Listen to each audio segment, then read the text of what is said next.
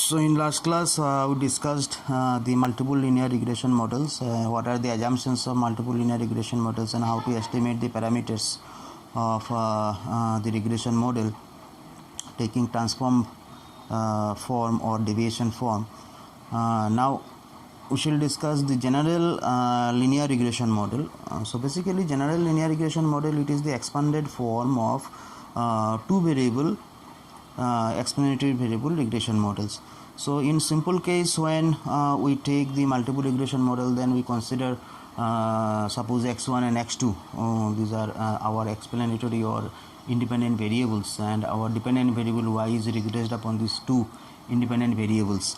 Now if we enlarge or expand our two variable case to k number of variables, then we can take it as a general linear regression models. So when the simple regression model can be extended to k number of explanatory variables, the extended model is called the general linear regression model. Now the general linear regression model with k number of explanatory variables, it is of the form, so we can write it as yi, that is our dependent variable. Now it is regressed on x1, x2, x3, x2 up to xk. So here our number of variables that have been extended to k number of variable, that is xk. And this is our beta 1, beta 2, these are all the coefficients of the regression variables, that is our regressors, and here we, as usual, we know this is our error terms. So our observed number I stands for our number of observations, where number of observations that I is equal to 1 to n. Now in our case, if we are having 10 number of observations, suppose we are having the data on 10 households or 10 individuals, and then our I is equal to 1 to 10. So in that regression model that have been identified as equation 1, here beta naught, and that is our beta naught, as usual it is our intercept term, so we know the meaning of this term, and beta 1 to beta k, these are all called the partial slope coefficients. So partial slope coefficient, what does it mean? We know the marginal when our axis changes, suppose our x1 changes, then what is the partial effect of change in x1 on y, taking all other variables x2, x3 up to xk, all other variables remaining constant. So the change of effect of change in x1 on y, keeping other variables same, so that gives us the partial slope coefficient, that is marginal change. So it is measured by beta 1. So in that way, when we are taking beta 2, then we are taking that all other variables other than x2, all other variables remaining same. Now what are the effect of change in x2 on y, that is measured by our beta 2. So in that way, that beta 1 up to beta k, that is our slope coefficients, and here as it is a multiple regression model, so it measures the partial slope coefficients. And u, we know that is our disturbance terms or stochastic error term or disturbance terms, and I, that is our ith observation. So here n being the size of the population.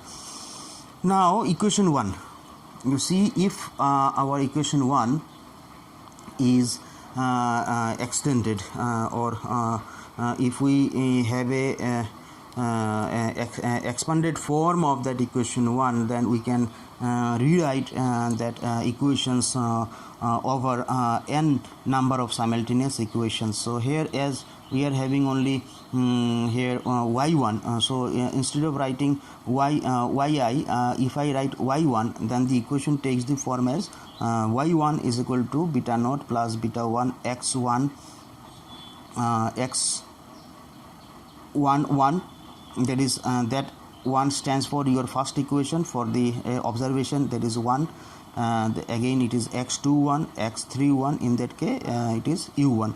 Now for individual 2, if we have the regression line, then y2 is equal to beta naught plus beta 1 x12 x2 2, x3 2. So in that way, if we expand our equations over the number of observations, so as we are having n number of observations, so the nth equation, that nth equation now it become yn is equal to beta naught plus beta 1 x1n x2n x3n, and as we are having k number of variables and nth equation, so it is xkn. Now rewriting the system of equations in matrix forms, if we rewrite that equations in matrix forms, then our dependent variable in matrix form, it can be rewritten as our column vector, so y1 y2 up to yn. So we are having here n number of rows and one column, so number of rows here n and one column, so as it is a column vector, and taking our variables, there is x11 x21 x31. So if we transform our equations in matrix forms, so instead of writing beta naught beta naught beta naught, so in all the equations beta naught is common, so we can write here it is 1 1 1, and we are taking now all other variables as. So we are left with our regression coefficients. So regression coefficients, that is beta 2 beta 1 beta 2 beta 3. In that way we are writing our that k number of rows and one column coefficient vector, and plus we are having all the arrow terms. So here again we are having n number of rows and one column. So if you get the multiplications of this the first row into that coefficient column vector, then we will be getting our first equation. If we multiply our second row with the coefficient column vector, plus if we add our arrow terms column vector, then we will be getting our equation 2. In that way these equations can it be extended or rewritten in matrix forms as. Now the column vector y, is represented by the capital Y. Here n is the number of row and 1 shows the number of columns, and this variable matrix, that variable matrix is denoted by capital X, where n by k, the order is n by k, and the coefficient vector, that coefficient column vector is written by beta, k number of rows and one column, and our arrow terms, that vector is represented by u. So we can write now that our y is equal to xb plus u. So in matrix forms, our multiple regression models or general linear regression model, that can be represented as like that. Now all the assumptions of classical linear regressions model, that can also be represented in matrix notations. So our first assumptions, that we know the error term, that is the mean of error or expectation of error, that is 0. So we are writing expectation of u is equal to 0, where u, as it is in matrix notation, so u and 0 are n by 1 column vectors. Both are n by 1 column vectors. There are n number of rows and 1 columns, and 0 here it is a null vector. So all the elements of 0, that all the elements that become 0. Now taking the homoscedasticity and autocorrelation assumptions. So here in multiple linear regression model, classical linear regression analysis or Euler's techniques, that assumes that the error terms is having the constant variance, that is, it is the homoscedastic, and there is no correlation between the two error terms. So we are writing homoscedasticity and no autocorrelation. So in matrix notations, how can we write that assumptions? So as we know, our error terms, there is summations ei squares. So instead of writing summation ei squares, in matrix notations we can write expectation of u transpose, and as we are having our constant variance, that is sigma u square into identity matrix. Now how can you derive this one? Here you see this is our error column vector. So error column vector is written as u1 u2 up to un. Now if we take the transpose of this, then you will be we know transpose gives us result that a row become column and column become row. So when it is having in form of column vector, and now if you take the transpose, then it become now row vector. And if you multiply u into u transpose, then multiplication of both this vector will give us the result as u1 into u1, that is u1 square, then u1 into u2, that is u1 u2. In that way, u1 into un, it gives us u1 un. Now multiplying with the second row, we will be getting u2 into u1, so u2 into u1, u2 into u2, that is u2 square. So in that way, u2 into un, that is u2 un. And our last one is un will be multiplied with that equation, so un into u1, un into u2, and lastly we are having, as here it is un, here it is also un, so un gets square, so it is un squares. Now if you take the expectations of un u transpose, then we are taking expectations of all this, okay, simply. So what is our expectations of u1 square? That is the variance. So here all the principal diagonal element that shows the variance, and all the off diagonal elements that shows the correlation between two error terms. So we know from the variance or from the homoscedasticity assumptions that expectation of u1 square, expectation of u2 square, expectation of un squares, it is given as sigma u square. So the variance here it is shown as the variance of error is equal to sigma u square. And we know there is no correlation from the assumptions of classical linear regression model, that is expectation of uy and uj is equal to 0. So here all the elements in variance covariance matrix, expectation of u1 u2, expectation of u1 un, that all become 0. It is due to the assumptions of no autocorrelation. So the variance covariance matrix that is given by this matrix. So here it shows all the error, they are having the constant variance and there is no autocorrelation. Now this is the multiplication of what? If we take the sigma u square common, because in all the principal diagonal areas we are having the common sigma u squares, so we can take it as common.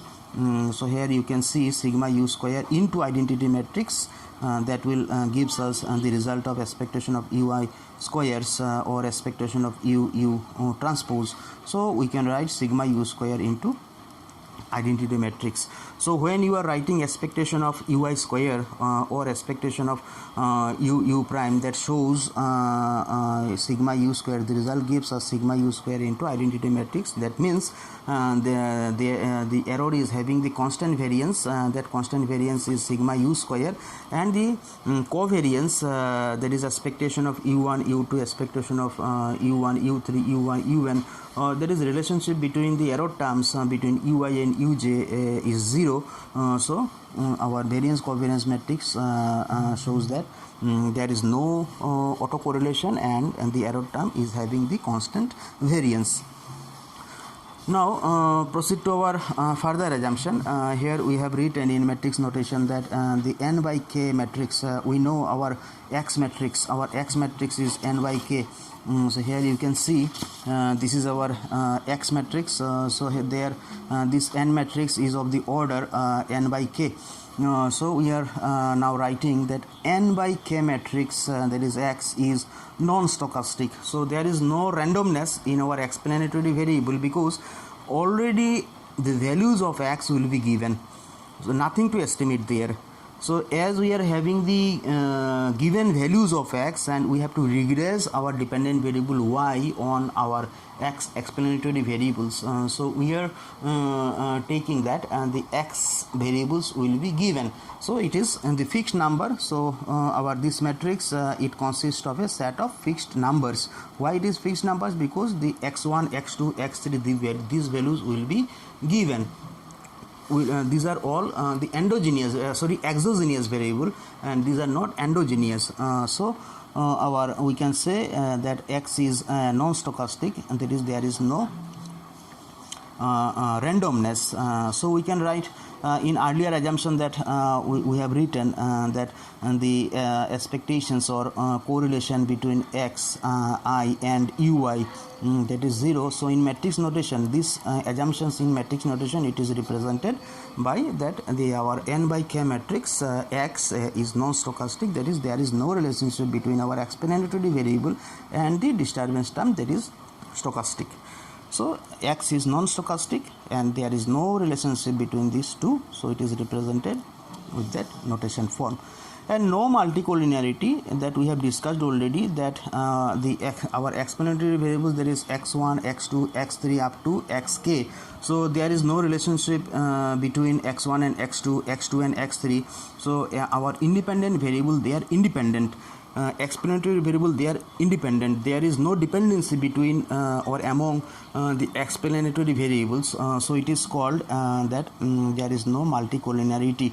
That is, we can say here, now suppose our y is a function of x1, x2 in that way up to xk. If there is relationship among our explanatory variable, then we can say there is multicollinearity problem. But in assumptions we are taking that there is no relationship between x1 and x2, x2 and x3, or x1 and x3, x2 and xk. So no multicollinearity. So they are independent. All the explanatory variables, they are independent to each other. So this is in matrix notations we can write the rank of x. Now if you find the rank of this matrix, this is our x matrix. So the rank of this matrix, and if it is k, the rank of that matrix is k, and that k again it is less than our number of observation, there is n, the size of population, then we can say there is no linear relationship among x variables. There is no linear relationship among x variables. That is, x variables are not at all related. So this can be written as in matrix notation that the rank of x, if we find the rank of x matrix, and then if you find the that rank of x is k, so it is written as rank row of x. There is rank of x is equal to k. So if it is exactly is equal to k, then we can say there is no linear relationship. Okay, and if the rank of x is less than k, then we can say there is no exact linear relationships. When there is exact relationship, because if we say the correlation between x1 and x2, that become 1, then there is exact relationship. And we know the correlation lies between -1 to +1. So all the times our correlation that may not become exactly 1, either +1 or -1, that lies between -1 to +1. Suppose your correlation become 0.65. So there is as it is not exactly 1, so we can say there is no exact linear relationship. There is some relationship, but that relationship is not exact. So if the correlation between the x variables become exactly 1, +1 or -1, then we can say there is exact linear relationship. But in assumptions we are taking that no exact linear relationship.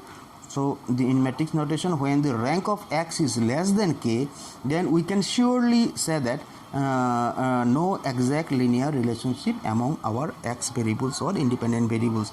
And if it is exactly is equal to k, then we can say there is no linear relationship among the x variables. And now taking the last assumptions, that our error terms that follows normal distribution. So here u column vector has a multivariate normal distribution, and that distribution follows this form, that is 0 mean and our constant variance, that is sigma u square. So variance is represented in that form and mean is represented in that form. So our error term that follows normal distribution, in matrix notation it is written as u vector has a multivariate normal distribution, and it is in notation it is written as like that. So these are the assumptions of classical linear regression models. When you represent the classical linear regression model assumptions in matrix notations, then we can write in that way. Now we are having the estimation part of linear regression models. If we take it as a general linear regression model. So general linear regression model, when it is expanded up to k number of variables, then how to estimate the parameters. So in matrix forms we can estimate the result as